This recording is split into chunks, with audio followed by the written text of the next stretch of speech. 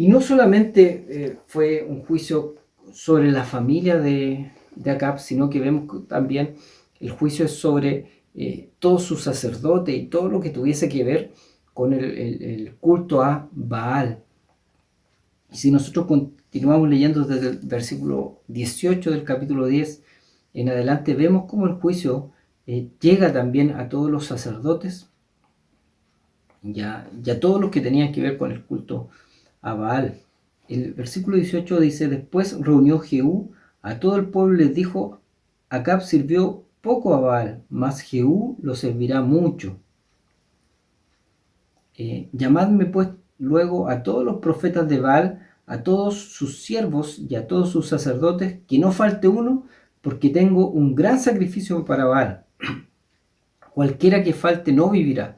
Esto hacía Jehú con astucia para exterminar a los que honraron a Baal. Entonces va y dice: ¿saben qué? Vamos a juntarnos todos.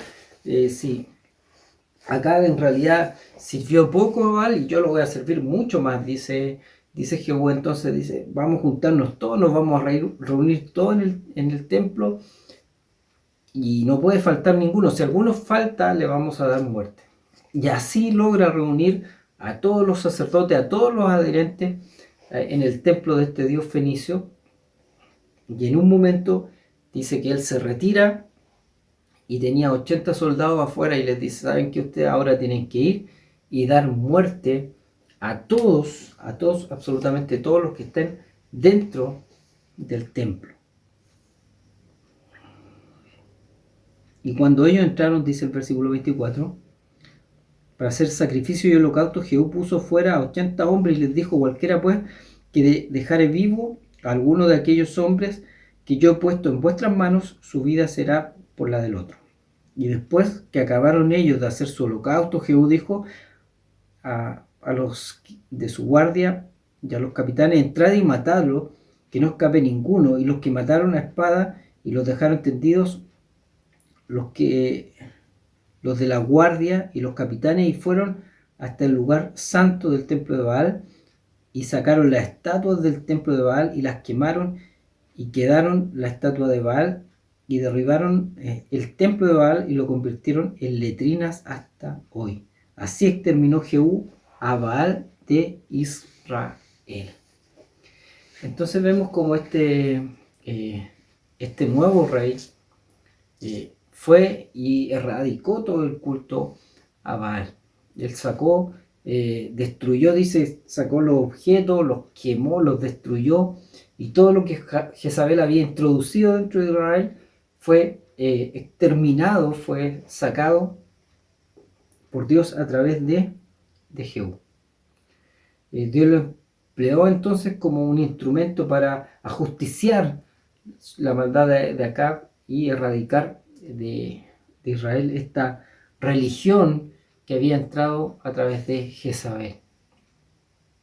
Debemos también entender, cuando vemos todo lo que sucede, que la revelación que Dios hace de Él mismo es una revelación progresiva. Vemos cómo acá está el juicio de Dios obrando, pero también vemos cómo en la medida que Dios se va revelando, vemos también su misericordia y lo que nosotros estamos viviendo ahora también, su gracia para con nosotros. Pero Él tenía que dejar establecido también su santidad, y es lo que vemos que hace a través de Jehú en medio de Israel.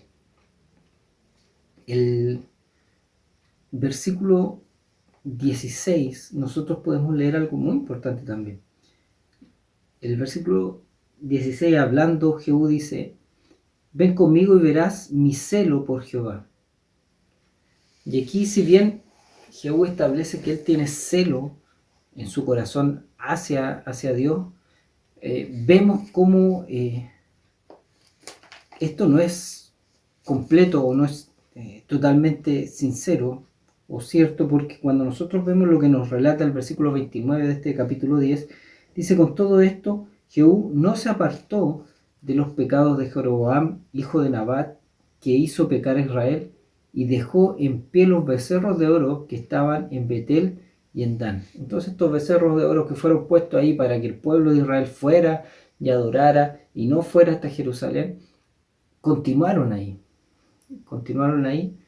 y vemos como esto también trajo consecuencias. Y Jehová dijo a Jehú: por cuanto ha hecho bien ejecutando lo recto delante de mis ojos, e hiciste a la casa de Acab conforme a todo lo que estaba en mi corazón, tus hijos se sentarán sobre el trono de Israel hasta la cuarta generación, que fue justamente lo que sucedió.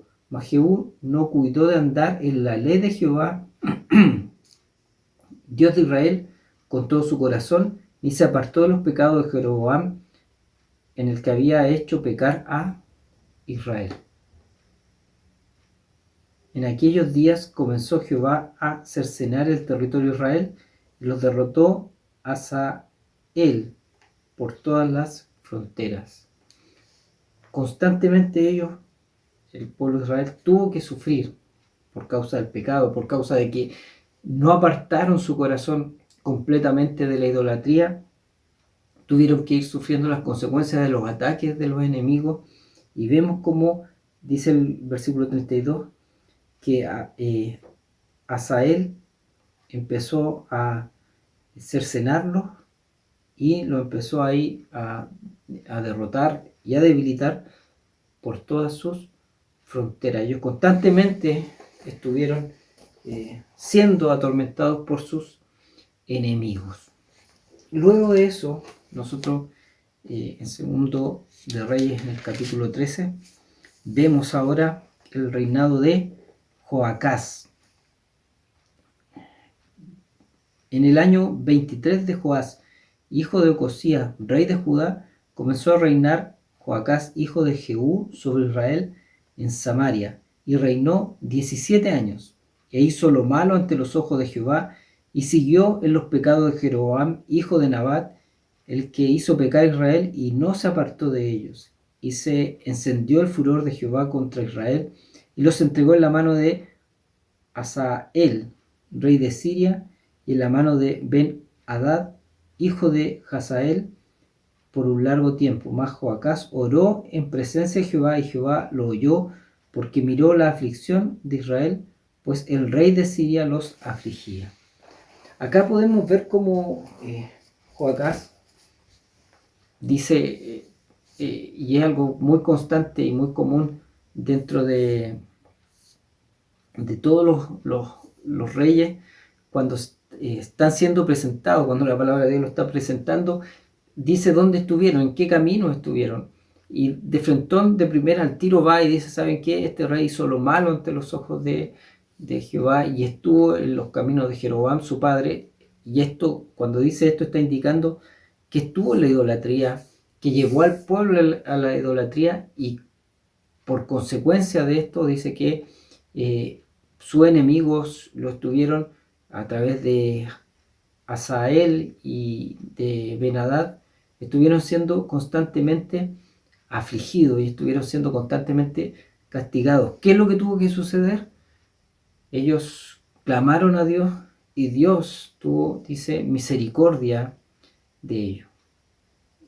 Pero sin embargo, no se arrepintieron nunca completamente, no buscaron sinceramente de corazón a Dios. Esto nos recuerda un poco cuando vemos las personas que llegan a la iglesia, que piden la oración: ayúdenme a orar por esta situación, por esta dificultad, por este problema. Y vemos como a veces Dios muestra su misericordia, tiende la mano de socorro a esas personas, pero sin embargo, rápidamente estas personas, cuando ven algo de alivio en su vida, se vuelven nuevamente a su antigua forma de vivir.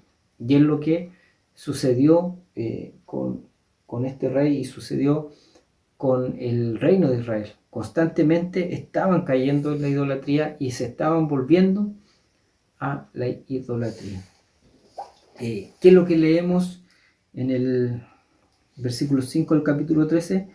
Y dio Jehová salvador a Israel, y salieron del poder de los sirios, y habitaron los hijos de Israel en sus tiendas como antes. Hubo un pequeño alivio en ese momento. Dice que Dios levantó un salvador. ¿Quién es ese salvador? Hace la pregunta nuestro hermano Pablo Hoff. ¿Quién podría haber sido el salvador al cual se refiere el versículo 5? Podrá ser Hadad Nirari III, el cual invadió invade Siria y trae en el año 803 a.C., y esto podría haber traído alivio a los israelitas, porque justamente este varón invadió Siria y llegó hasta su capital, Damasco, y eso puede haber traído alivio en una primera instancia a Israel. Luego, con los reinados de Joás y posteriormente de Jeroboam II, vino nuevamente una mayor liberación y un mayor alivio para el reino de Israel. Y esto podríamos decir del reinado de Joacás, rey de Israel. Bueno, hermanos, ahora continuando con la lección, vamos a pasar a revisar algunos reyes del reino del sur, algunos reyes de Judá, y vamos a ver el reinado de Joram, el hijo de Josafat. Y aquí vamos a ver, en esta parte de la historia, vamos a ver un poco de las consecuencias de aquella mala decisión que toma Josafat al permitir esta alianza entre su hijo y la hija de Acab. Vamos a estar leyendo en Segundo de Reyes, capítulo 8, versículo 16.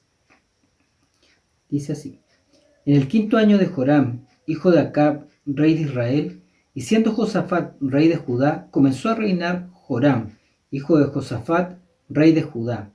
De 32 años era cuando comenzó a reinar, y 8 años reinó en Jerusalén, y anduvo en el camino de los reyes de Israel, como hizo la casa de Acab, porque una hija de Acab fue su mujer, e hizo lo malo ante los ojos de Jehová. Entonces vemos como este sucesor de Josafat fue un indigno sucesor. Fue su hijo que no anduvo en los caminos de David, o en los caminos de Josafat, su padre, sino que al contrario anduvo según los reyes de Israel, anduvo según Acab, uno de los más malos reyes que tuvo el reino del norte. Como decía, Josafat permitió la unión de su hijo Joram con Atalía, la hija de Acab y Jezabel, y esto tuvo consecuencias en cuanto a la adoración nuevamente, al regreso a la adoración a los ídolos, al culto a Baal, y esto trajo como consecuencias también la decadencia espiritual, y también trajo como consecuencia un triste reinado durante su periodo. Vemos cómo su reinado dura 8 años, según lo que dice el versículo 17, solamente duró 8 años su reinado, y fue un reinado decadente y sangriento. El versículo 19 nos dice: con todo eso, Jehová no quiso destruir a Judá por amor a David su siervo, porque había prometido darle lámpara a él y a sus hijos perpetuamente. Vemos nuevamente acá la fidelidad de Dios pese al pecado del hombre. Si nosotros vemos el transcurso de toda la historia de la humanidad, pese a la caída del hombre, pese a que el hombre continuamente se rebela en contra de Dios, Dios es fiel a sus promesas, y Dios también es fiel a su plan, que es perfecto, y que Él lo mantiene firme pese a nuestras caídas, pese a las faltas que el hombre pueda cometer, pese al pecado muchas veces que el hombre pueda cometer. Dios ha definido un plan para la humanidad, y en este caso había dicho que de la descendencia de David debía venir el Mesías, y pese a que muchos de los descendientes de David se desviaron y cayeron en pecado, Dios mantuvo siempre su promesa. Y vemos cómo esto, pese al pecado de Joram, pese a la decadencia de su reinado, Dios iba a mantener firme su promesa. Y vemos también cómo Dios levanta en medio de las ruinas, en medio de la a veces falta de esperanza que podamos tener. Dios siempre levanta sobrenaturalmente, levanta varones, levanta hijos suyos que salen a veces de, como decía, de la ceniza, de cuando no hay ninguna esperanza. Podemos ver ahí presente el poder de Dios, la soberanía de Dios, de levantar hombres fieles a Él. Si nosotros ahora vamos al segundo libro de Crónicas, en el capítulo 21, que también nos relata la historia del reinado de Joram, vamos a leer el versículo 4 y dice así: fue elevado pues Joram al reino de su padre, y luego que se hizo fuerte, mató a espada a todos sus hermanos y también a algunos de los príncipes de Israel. Por eso decimos que este fue un reinado sangriento. Vemos la maldad que había en Joram, que fue capaz de matar a sus propios hermanos, dio muerte a sus propios hermanos. Probablemente, dice nuestro pastor Job, para apropiarse, apoderarse de sus posesiones, y da también muerte a los principales príncipes de Judá. Entonces vemos la maldad que había en el corazón de Joram, muy distante a lo que hubo en el reinado de su padre Josafat. El versículo 11 señala: además de esto, hizo lugares altos en los montes de Judá e hizo que los moradores de Jerusalén fornicasen tras ellos, y a ello impelió a Judá. Y le llegó una carta del profeta Elías que decía: Jehová, el Dios de David, tu padre, ha dicho así: por cuanto no has andado en los caminos de Josafat tu padre, ni en los caminos de Asa, rey de Judá, sino que has andado en el camino de los reyes de Israel, y has hecho que fornicase Judá y los moradores de Jerusalén, como fornicó la casa de Acab, y además has dado muerte a tus hermanos, a la familia de tu padre, los cuales eran mejores que tú. He aquí Jehová herirá a tu pueblo de una gran plaga, y a tus hijos, y a tus mujeres, y a todo cuanto tienes, y a ti con muchas enfermedades, con enfermedad de tus intestinos, hasta que se te salgan a causa de tu persistente enfermedad. Entonces Jehová despertó contra Joram la ira de los filisteos y de los árabes que estaban junto a los etíopes, y subieron contra Judá e invadieron la tierra y la tomaron todos los bienes que hallaron en la casa del rey, y a sus hijos y a sus mujeres, y no le quedó más hijo sano, solamente Joacás, el menor de sus hijos. Entonces vemos acá cómo Dios usa al profeta Elías para emitir juicio contra Joram. Por su maldad, por su pecado, vino el castigo justo de Dios. Vemos como siempre la palabra de Dios dice que Dios no puede ser burlado, que lo que el hombre siembra, esto también va a tener que cosechar. Él había sembrado muerte, él había sido un rey idólatra. Leíamos acá cómo había levantado nuevamente en los lugares altos para adorar a Baal, y por esto vino la ira de Dios, vino una sentencia, un juicio, que iba a venir una enfermedad a él, y una cruel enfermedad. Dice que sus intestinos se iban a salir de él, que esa forma iba a ser el castigo que iba a venir sobre él. No solamente eso, levantó a los pueblos vecinos, aquellos que habían presentado en algún momento tributo a su padre Josafat, aquellos que en algún momento habían decidido buscar la paz con Josafat. Ahora viene la ira de estos pueblos en contra de Joram y toman a su hijo, toman las riquezas y devastan su reinado. Y vemos cómo luego se cumple justamente lo que Elías había sentenciado, o Dios había sentenciado a través de Elías, mejor dicho. Después de todo esto, Jehová lo hirió con una enfermedad incurable en los intestinos, y aconteció que al pasar muchos días, al fin y al cabo de 2 años, los intestinos se le salieron por la enfermedad, muriendo así de una enfermedad muy penosa. Y no encendieron fuego en su honor, como lo habían hecho con sus padres. Cuando comenzó a reinar era de 32 años y reinó en Jerusalén 8 años y murió sin que lo desearan más. Y lo sepultaron en la ciudad de David, pero no lo sepultaron en los sepulcros de los reyes. Vemos cómo termina los días el reinado de Joram de una forma muy triste.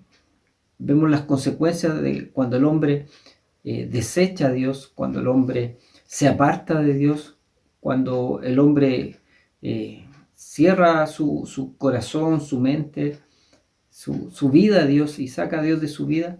Siempre termina de una forma, como dice acá, de una forma penosa, no querido por su pueblo, y termina con estas consecuencias tan lamentables.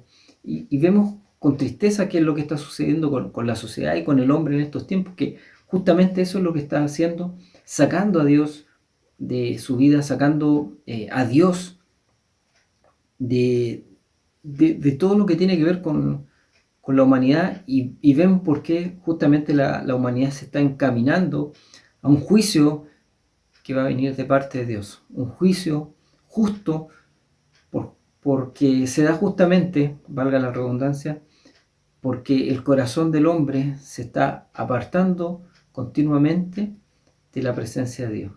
Y así como este rey sufrió las consecuencias de apartar su corazón de Dios, también vamos a ver cómo el mundo va a sufrir las consecuencias de estar apartándose continuamente de nuestro Dios. Luego de Joram viene el reinado de Ocosías, que acá nuevamente nos habla acerca de la debilidad y el baalismo como sellos del reinado de Ocosías, del breve reinado de Ocosías. Si nosotros leemos en el segundo libro de Reyes, en el capítulo 8, versículo 25, dice: en el año 12 de Joram, hijo de Acab, rey de Israel, comenzó a reinar Ocosías, hijo de Joram, rey de Judá. Acá se da la situación de que en ambos reinos había un rey llamado Joram. Hay que tener ahí ojo con esa situación y no llevarnos a confusión. El versículo 26 señala: de 22 años era Ocosías cuando comenzó a reinar, y reinó 1 año en Jerusalén. El nombre de su madre fue Atalía, hija de Omri, rey de Israel. Acá viene algo muy interesante, porque si nosotros leemos en Segundo de Reyes, en el capítulo 8, versículo 26, vemos cómo señala que tenía 22 años Ocosías cuando comenzó a reinar.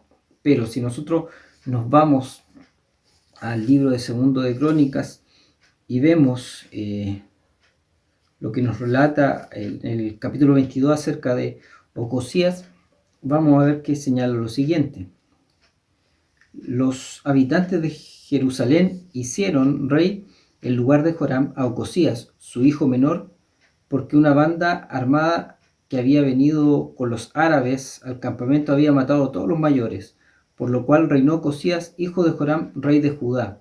Cuando Ocosías comenzó a reinar era de 42 años y reinó 1 año en Jerusalén. El nombre de su madre fue Atalía, hija de Omri. Entonces al parecer podría haber algún tipo de incongruencia acá, porque en Segundo Reyes nos dice que comenzó a reinar a los 22 años y que en Segundo de Crónicas señala que comenzó a reinar cuando tenía 42 años. Ahora, lo que nosotros tenemos que sacar al analizar esta situación, primero que lo más probable era que tuviese 22 años y que lo correcto sea la cifra que se señala o la edad que se señala en Segundo de Reyes. ¿El por qué? Porque su padre Joram reinó hasta que tuvo 40 años. 40 años él muere y comienza a reinar su hijo. Y claramente su hijo no podía tener 42 años cuando comenzó a reinar. Y lo que vemos acá es un error de algún copista, y así lo tenemos que entender, sabiendo y entendiendo que los autógrafos, los libros, los escritos originales están exentos de cualquier tipo de error. Sí pueden existir algunos errores en cuanto a fecha o cifra que debemos entender que pueden darse en la transcripción, pero sin embargo, lo que nos tiene que quedar súper claro es que siempre estos pequeños errores que se dan, que son súper puntuales, ya son súper pocos, pero que pueden darse, errores de copista, nunca afectan alguna enseñanza doctrinal fundamental, sino que son pequeños errores como los que nosotros encontramos acá, pero que sin embargo al analizar el texto son fácilmente entendibles e identificables, y también la Biblia nos da la luz suficiente para entender cuál es la cifra correcta. Ahora, haciendo este pequeño paréntesis, podemos seguir analizando este breve reinado que fue solamente de un año y que un poco sabemos cuál fue el final de Ocosías cuando nosotros vimos el reinado de Jehú. Vemos cómo Ocosías entabla una alianza con el rey del norte, y justamente él va a visitar a Joram después de la batalla, cuando va a Ramot de Galaad, y ahí es cuando va Ocosías y encuentra el final de sus días. Vemos como este varón que se dejó llevar por la mala influencia de su madre, él va a visitar a Joram, y Jehú, cuando es enviado, es nombrado como rey, es ungido como rey, se levanta contra Joram y le dio muerte. Así también, cuando nosotros vamos al versículo 7 del capítulo 22, podemos recordar cómo él también da muerte a Ocosías, el rey de Judá, que tan solo, como recalcamos, alcanzó a gobernar un solo año. Él siguió la política de idolatría que tuvo su padre, su madre, y así él tuvo que pagar las consecuencias de esta mala forma de vivir, esta forma alejada de Dios de gobernar. Y acá vemos que un gobierno, si nosotros aquí seguimos leyendo Segundo de Reyes, vemos cómo Atalía, su madre, usurpa el trono, se queda con el trono, y comienza este reinado de terror de 6 años, los cuales estuvo gobernando Atalía. Y aquí seguimos viendo las consecuencias de la mala decisión de Josafat de hacer esta unión y tomar justamente como su nuera a Atalía. ¿Qué hace la madre de Ocosías? Vemos cómo ella, en su sus primeras decisiones, cuando nosotros vamos aquí vamos a volver acá al segundo libro de Reyes, y estaremos viendo lo que nos dice los primeros versículos del capítulo 11. Dice: cuando Atalía, madre de Ocosías, vio que su hijo era muerto, se levantó y destruyó toda la descendencia real. Pero Josabá, hija del rey Joram, hermana de Ocosías, tomó a Joás, hijo de Ocosías, y lo sacó furtivamente entre los hijos del rey, a quienes estaba matando, y lo ocultó de Atalía a él y a su ama en la cámara de dormir, y en esta forma no lo mataron. Entonces vemos como Atalía fue y mató, o trató de matar, a toda la descendencia de David. Casi fue exterminada la descendencia de David. Dios usa a esta mujer, quien guarda al hijo menor de Ocosías, y lo libra de la muerte, de esta masacre que hizo Atalía justamente para quedarse con el trono, para usurpar el trono. Y estuvo ella gobernando durante estos 6 años. Vemos como ella en una primera instancia trató de dar muerte, como decía, trató de dar muerte a toda la descendencia de David. Y volviendo para remarcar esta situación de cómo esta consecuencia de Josafat, o cómo la decisión de Josafat trajo consecuencias gravísimas para la descendencia de David. El versículo 4 nos señala así: mas al 7º año envió Joiada y tomó jefes de centenares, capitanes y gente de la guardia, y les metió consigo en la casa de Jehová, e hizo con ellos alianza, juramentándolos en la casa de Jehová, y les mostró el hijo del rey. Vemos como el sacerdote va y muestra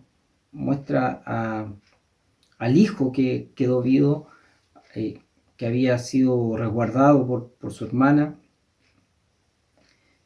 ¿Y qué fue lo que hace el pueblo con esto?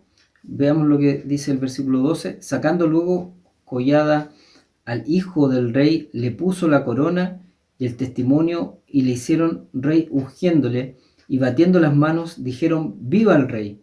Oyendo Atalía el estruendo del pueblo que corría, entró al pueblo en el templo de Jehová, y cuando miró, he aquí que el rey estaba junto a la columna, conforme a la costumbre, y los príncipes y los trompeteros junto al rey, y todo el pueblo del país se regocijaba y tocaban trompeta. Entonces Atalía, rasgando sus vestidos, clamó en voz en cuello: traición, traición. Aquí se dan dos situaciones interesantes. Bueno, lo primero, recalcar que ya a esa altura el rey, este pequeño rey, tenía ya 7 años cuando fue ahí investido y fue presentado delante del pueblo, y el pueblo aclamó y vitorió a su nuevo rey. Y esta mujer, Atalía, que había dado muerte a los descendientes de David, había hecho semejante masacre, semejante maldad, tiene el descaro de decir traición, traición.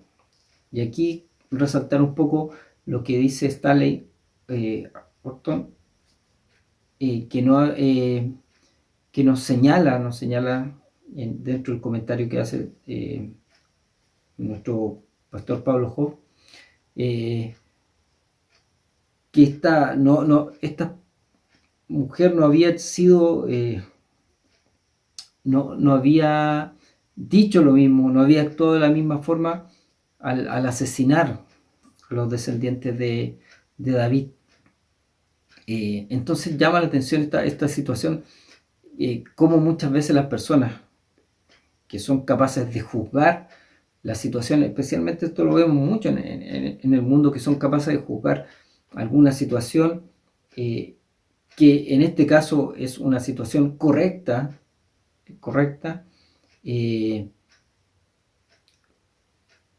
sin embargo ellos justifican alguna situación incorrecta, un poco trayéndola a la situación que podemos vivir en estos tiempos, como que algo que muchas veces a uno se le hace difícil de entender, cómo hay personas que pueden estar apoyando el aborto, diciendo que es una decisión de la mujer el definir la vida de otro ser humano, y muchas veces estas mismas personas están a favor, ¿ya? Y defienden con mucha fuerza a un animal, o a todos estos movimientos animalistas. Entonces, por un lado son capaces de defender la vida de los animales, pero no defender así la vida de las personas. Entonces vemos cómo sucede en este caso con esta mujer que hace este reclamo y dice traición, traición, pero sin embargo vemos la crueldad de ella, que había tenido al actuar en contra de la vida de todos los descendientes de David. Y aquí vemos ahora comenzar el reinado de Joás, que tuvo un comienzo, podríamos decir un buen comienzo, pero tuvo un muy mal final. Cuando nosotros leemos en el segundo libro de Crónicas, el capítulo 24, nos relata acerca del reinado de Joás. Dice así: de 7 años era Joás cuando comenzó a reinar, y 42 años reinó en Jerusalén. El nombre de su madre fue Sibia de Berseba, e hizo Joás lo recto ante los ojos de Jehová todos los días de Joiada el sacerdote. Entonces vemos como este rey Joás, que reinó 42 años, del 835 al 796 a.C., fue este niño coronado como rey, e hizo lo bueno y lo correcto mientras el sacerdote de Dios estuvo vivo. Y eso fue, reparó el templo, sacó todo el culto a Baal, e hizo lo recto, como dice acá. Hizo lo recto ante los ojos de Jehová, pero fue solamente mientras estuvo el sacerdote Joiada vivo. Una vez que el sacerdote muere, como nos dice el versículo 15, más Joiada envejeció y murió lleno de días, de 130 años era cuando murió. Y lo sepultaron en la ciudad de David con los reyes, por cuanto había hecho bien con Israel y para con Dios y con su casa. Muerto Joiada, vinieron los príncipes de Judá que ofrecieron obediencia al rey, y el rey los oyó, y desampararon la casa de Jehová, el rey de sus padres, y sirvieron, el Dios de sus padres, y sirvieron a los símbolos de acera y a las imágenes esculpidas. Entonces la ira de Dios vino sobre Judá y Jerusalén por su pecado. Vemos como este varón hizo lo recto, pero escuchó el consejo de los príncipes, y esto trajo consecuencias, así como sucedió con Roboam en el principio de la división del reino del norte y del sur.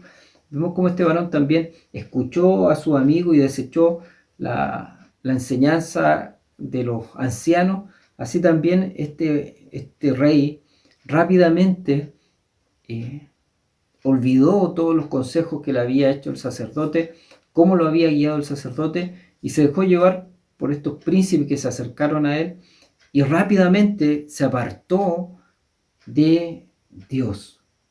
Y todo lo bueno que había hecho terminó desastrosamente.